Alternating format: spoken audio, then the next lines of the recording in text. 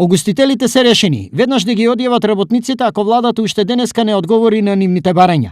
Април за неф е далеку, бидејќи штетите тие ги трпат веќе половина месец, се изјаснија денеска. Бараме субвенционирање на минималната бруто плата за време додека траат превентивните мерки, одлагање на наплатата на даночните обврски и аконтација во наредните 6 месеци, замрзнување и репрограмирање на обврските настанати со кредити. Ова се само дел од барањата на угостителите, а листата продолжува со следните очекувања кои владата за нив треба да ги обезбеди. Да нема исклучување за неплатени сметки на струја и вода, да се наплаќа персонален данок и ДДВ за кириите и да се субвенционираат ратите за кредит. Со оглед на ургентноста на нивната состојба, за угостителите утре е денеска, па заради тоа апелираат. Владата уште денес да се изјасни по нашите барања за да знаеме што со работниците.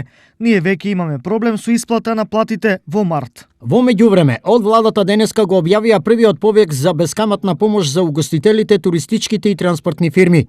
Кредитите ќе бидат со каматна стапка од 0%, со рок на отплата од 24 месеци или до 24 месеци и грејс период од 6 месеци. Износите на кредитот за кој ќе може да аплицираат предпријатијата ќе зависи од бројот на вработени.